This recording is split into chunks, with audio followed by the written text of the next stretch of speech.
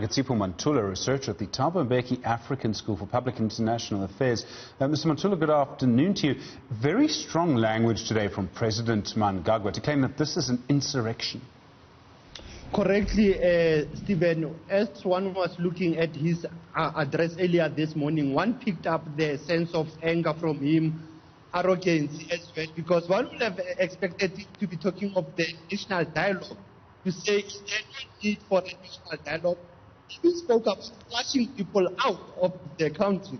So one can look at the issues that are now challenging Zimbabwe. It is not only the SADC mediation that will assist.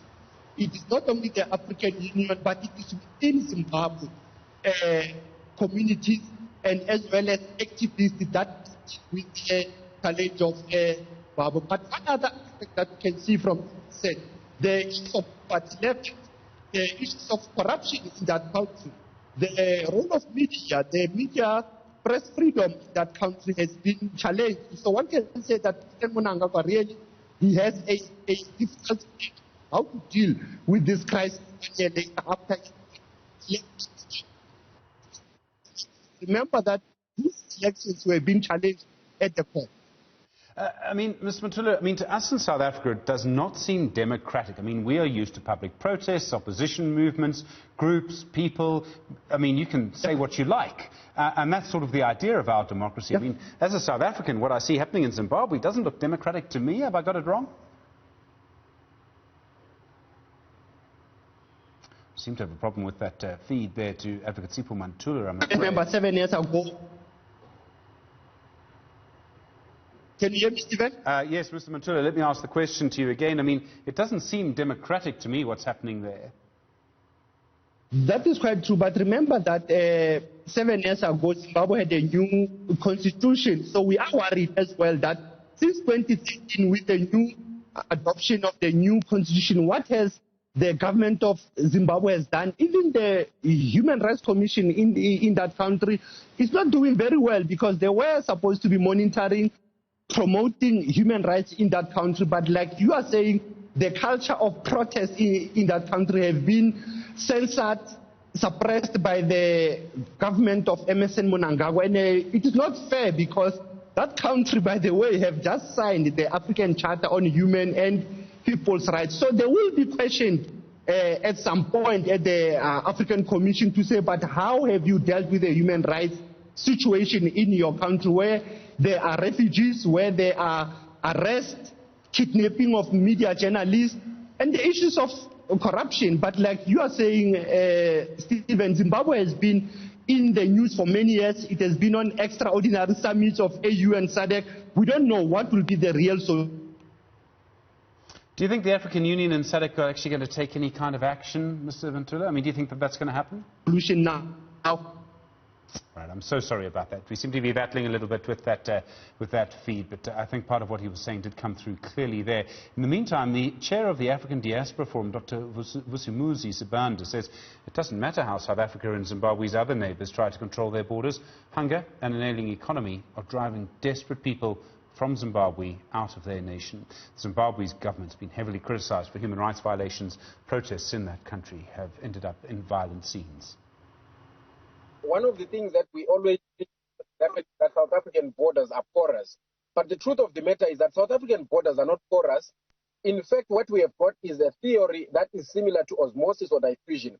I mean, look, people in Zimbabwe, it doesn't matter. South Africa can build, a wall that reaches heaven, but people will breach it because they are running away from the imminent death that they are facing in Zimbabwe from starvation and political persecution. So what we need to see happening is we need to see South Africa, we need to see Botswana, we need to see countries in SADC, in Africa, standing up and not only condemning or doing a lip service against these atrocities, but taking a firm stand against any form of human rights violation, like the arrest of people that are dissenting with government opinion, or people that are pointing out the corruption that is taking place in that government. So what we see happening right now is we actually are agitating and saying we've got so many people that are in the diaspora. As I'm speaking, I am in Port Elizabeth, to attend court, where a lot of migrants have been arrested, and these are people that are trying to feed their families, to find an honest living for their children.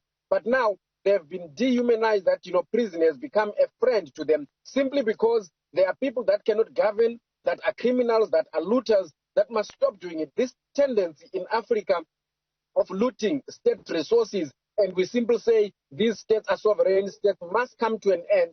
There is nothing sovereign about the violation of human rights, about exposing people to such undignified levels of living where they cannot even support their families, where they cannot fend for their children, where they cannot go to school, where they cannot afford basic ablution and water, facilities or services that are to be provided by government. Let's go back to Advocate Sipho Mantula joining us once again. Mr. Mantula, there's such an interesting conversation about the role of the African Union and the Southern African Development Community. I mean, for years and years, there's been summits, there's been comments, there's been conversations, there's been calls for action. Do you think those organizations will ever actually act on Zimbabwe?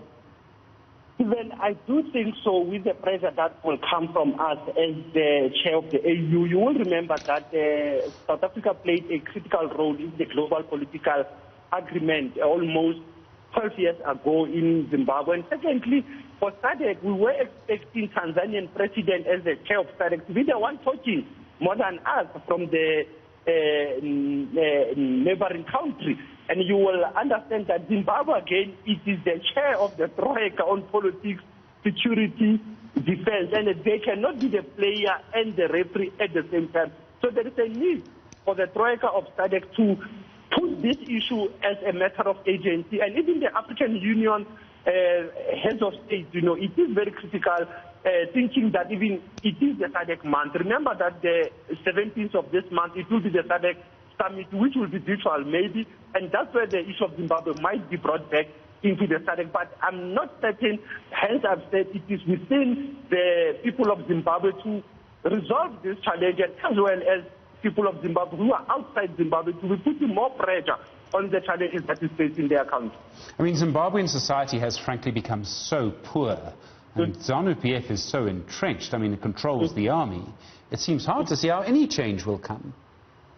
Even the issue of security sector reform, I do remember 2013 as well, during elections. We kept on raising the issue of militarization of the elections.